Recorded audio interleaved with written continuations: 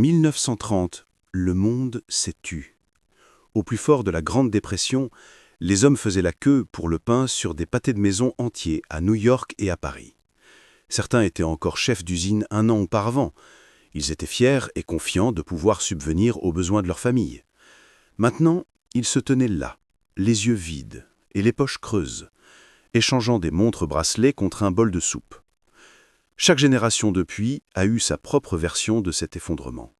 2008, 2020, et le prochain est déjà en préparation. Chaque fois que l'économie s'effondre, ce sont les mêmes types d'hommes qui sont anéantis en premier. Non pas parce qu'ils n'ont pas de chance, mais parce qu'ils ont construit leur vie sur des illusions qui ne survivent pas à la gravité. Parlons de ces hommes, et de comment ne pas être l'un d'eux. Les premiers à tomber sont les soldats du style de vie. Vous voyez le genre, le gars dont l'identité entière crie « Regardez-moi, je suis en train de gagner la partie !» Il ne travaille pas seulement dur, il joue la comédie du succès. Ces batailles ne se déroulent pas dans des salles de conseil ou des usines. Non, elles sont sur les fils d'actualité Instagram, dans les concessions automobiles et lors de dîners chics. Il est toujours à la poursuite de la nouvelle voiture, du dernier téléphone, de la montre la plus tape à l'œil. Tous ceux qui crient « J'ai réussi !» Voici une vérité douloureuse que vous n'avez peut-être jamais entendue. Pour la plupart des gens issus de milieux modestes, cette performance est un suicide financier. Si vous venez d'un foyer pauvre, votre première mission dans la vie n'est pas de paraître riche, c'est de construire du capital. Vous êtes dans votre phase de constitution de richesse. Chaque tranche de 10 000 $ que vous gaspillez à essayer de paraître riche est l'équivalent de 200 000 $ dont vous retardez les intérêts composés pour demain. Chaque achat impulsif est un recul par rapport à la vie que vous essayez de fuir. Voyez-vous, l'enfant de riche commence sa vie avec une longueur d'avance, parce qu'il est né dans le profit. Ses parents ont déjà fait le gros du travail. Il n'a pas à lever des capitaux à partir de rien.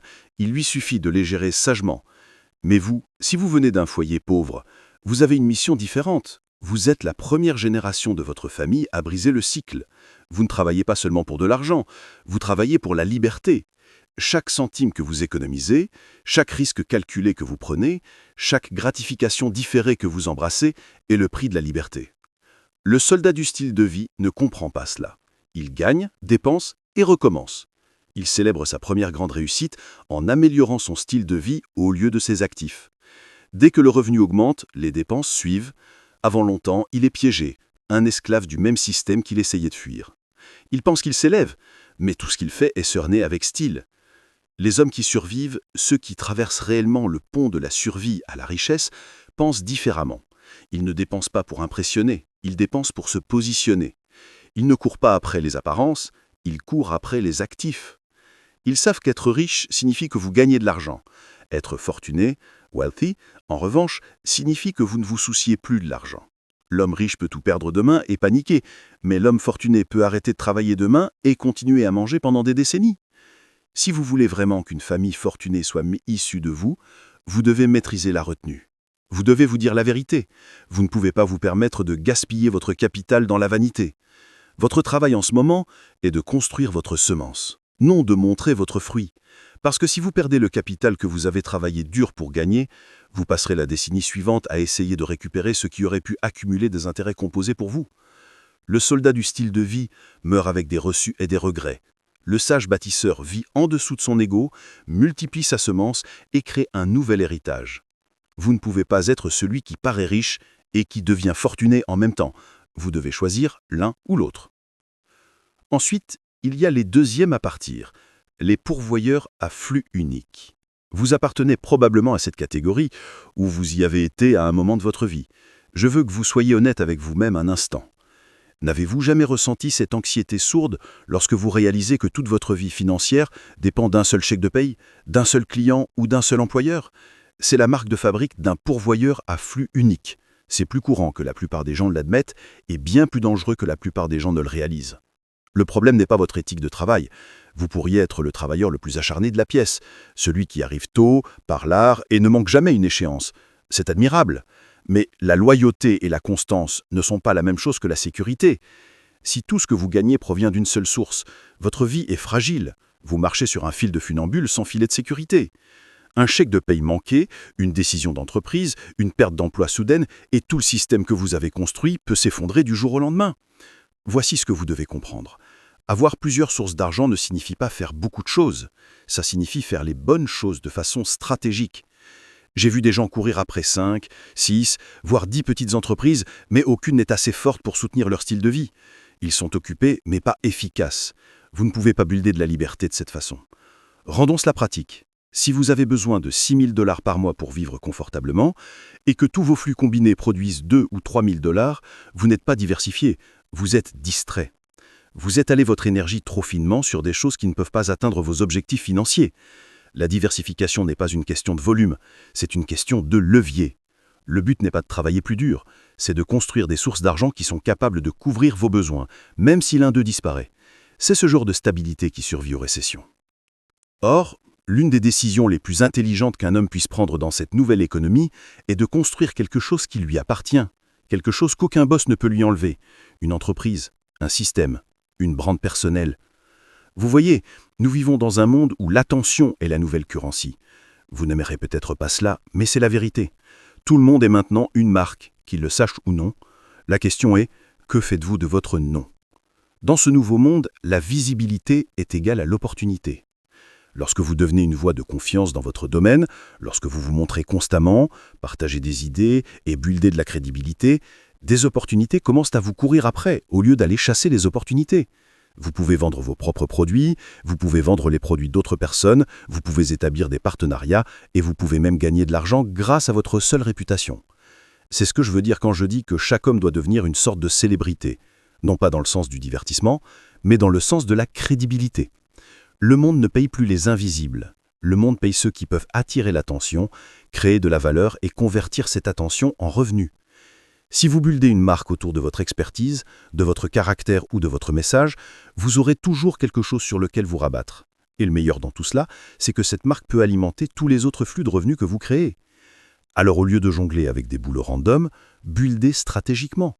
Utilisez votre emploi actuel comme une fondation, pas un plafond.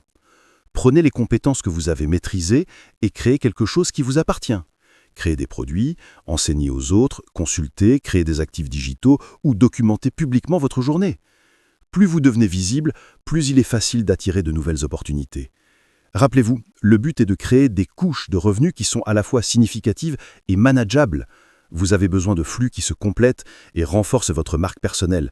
C'est ainsi que vous buildez de la résilience, en vous assurant que votre revenu dépend davantage de votre identité et de votre compétence que de la merci de votre employeur. Alors voici votre mission. Faites l'audit de votre vie. Demandez-vous, si ma principale source de revenus se tarissait aujourd'hui, que me resterait-il? Si la réponse vous met mal à l'aise, c'est le signal d'agir. Commencez à builder votre deuxième et troisième flux. Buildez ce que vous appartient, buildez votre marque, buildez votre visibilité. Parce que dans l'ère dans laquelle nous vivons, la survie appartient aux ceux qui peuvent à la fois créer de la valeur et attirer l'attention. Les hommes qui prospèrent quand le monde tremble ne sont pas ceux qui sont restés fidèles à un chèque de paye. Ce sont ceux qui ont appris à transformer leur nom, leurs compétences et leur histoire en actifs.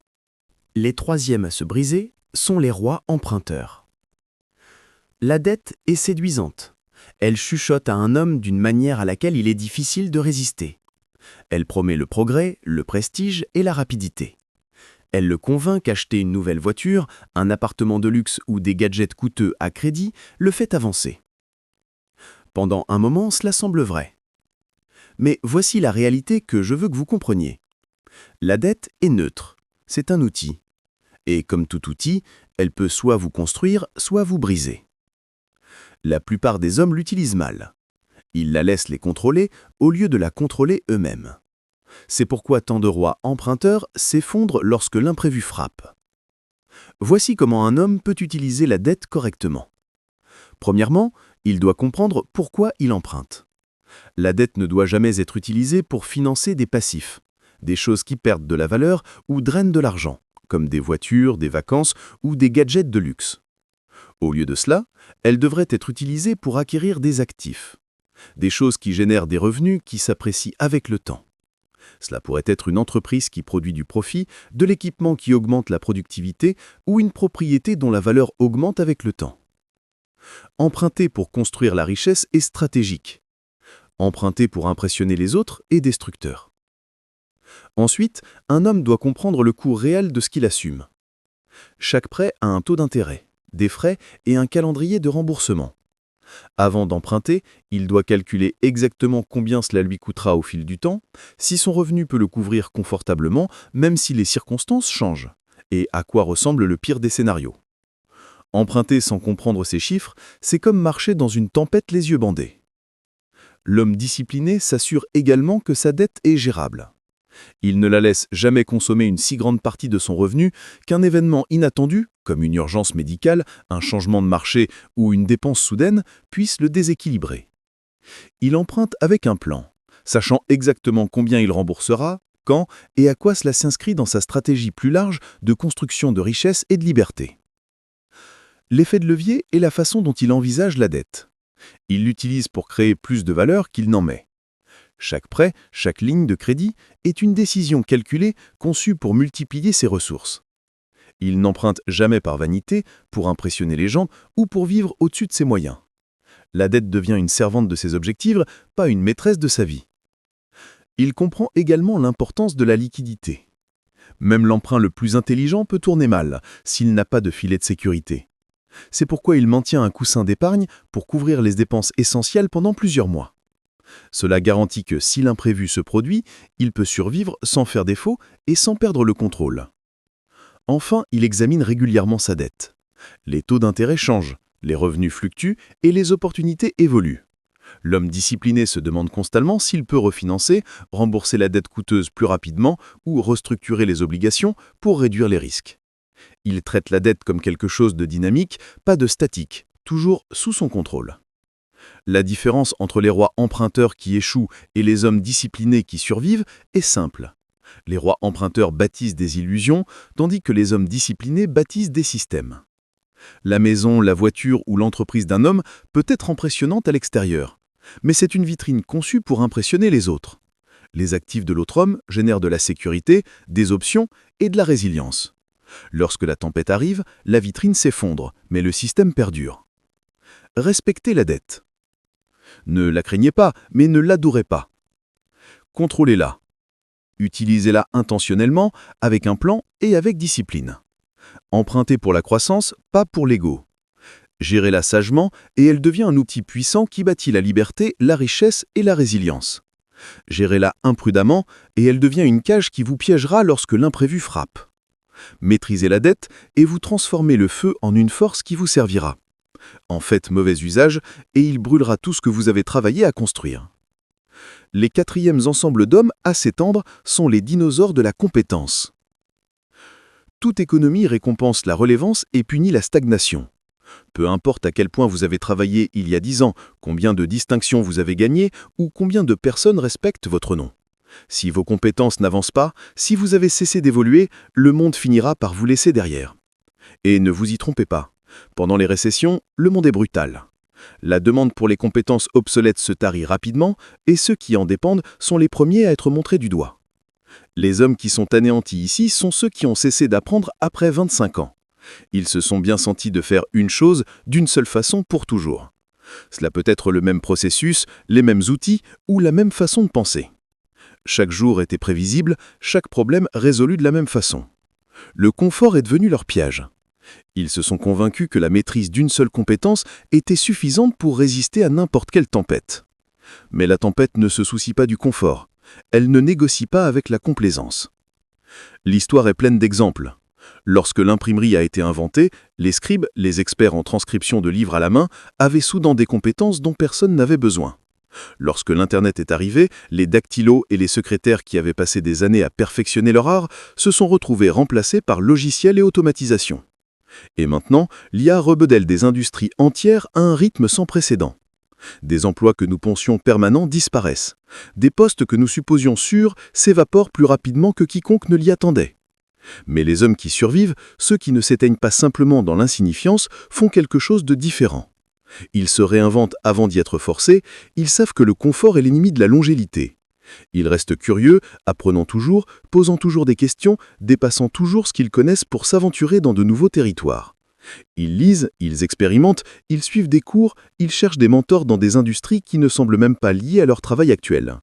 Ils sont inconfortables parce qu'ils comprennent que la croissance l'est presque toujours. L'humilité joue également un rôle. Ils sont prêts à admettre ce qu'ils ne connaissent pas. Ils sont prêts à recommencer modestement, à gravir de nouvelles échelles avec des yeux de débutants et à abandonner la fierté qui les maintient ancrés dans de vieilles habitudes. Ils traitent l'apprentissage comme une quête de toute une vie, et non comme une réflexion après coup. Parce que le jour où vous arrêtez d'apprendre, votre futur commence à schrénirtir. Et en période de récession, il n'y a pas de marge d'erreur. Les dinosaures de la compétence résistent au changement. Ils s'accrochent aux anciennes méthodes, pensant que le temps et l'expérience sont seuls atouts pour les protéger. Mais l'expérience sans adaptation est comme une épée qui rouille dans un tiroir, solide en théorie, inutile en pratique. Les hommes qui prospèrent, même quand l'économie se resserre, sont ceux qui restent relevants. Ils n'attendent pas que l'obsolescence frappe à leur porte, ils l'anticipent, l'affrontent de front et évoluent. Ils investissent en eux-mêmes, améliorant constamment leurs connaissances, leurs outils, leurs stratégies. La relevance est leur armure, la curiosité est leur arme, et l'adaptabilité est leur secret de survie. Alors si vous voulez éviter de faire partie des hommes qui s'éteignent, arrêtez de vous reposer sur d'anciens lauriers. Continuez à apprendre, continuez à vous étirer, continuez à vous réinventer. Parce que dans un monde qui ne cesse de changer, rester immobile est le moyen le plus rapide de disparaître. Enfin, il y a les loups solitaires. Ce sont les hommes qui portent le monde sur leurs épaules. Ils prennent la responsabilité au sérieux, parfois trop. Ils ne parlent pas de problèmes d'argent, ils ne planifient pas avec leurs partenaires, ils gèrent simplement. Chaque bill, chaque hypothèque, chaque dépense imprévue est leur fardeau seul. Et en surface, ils semblent forts, fiables et solides. Mais à l'intérieur, le poids s'alourdit à chaque mois qui passe. Écoutez, les récessions ne mettent pas seulement à test vos finances, elles testent vos systèmes de soutien. Et le pourvoyeur solitaire, par définition, n'en a aucun. Il est isolé, il est trappé dans l'illusion que demander de l'aide est une faiblesse. Il croit qu'admettre le stress ou les difficultés financières le rendra moindre homme. Alors il garde tout pour lui, il travaille trop, il sacrifie le sommeil, la santé et parfois même des relations. Tout cela pour maintenir une image de force.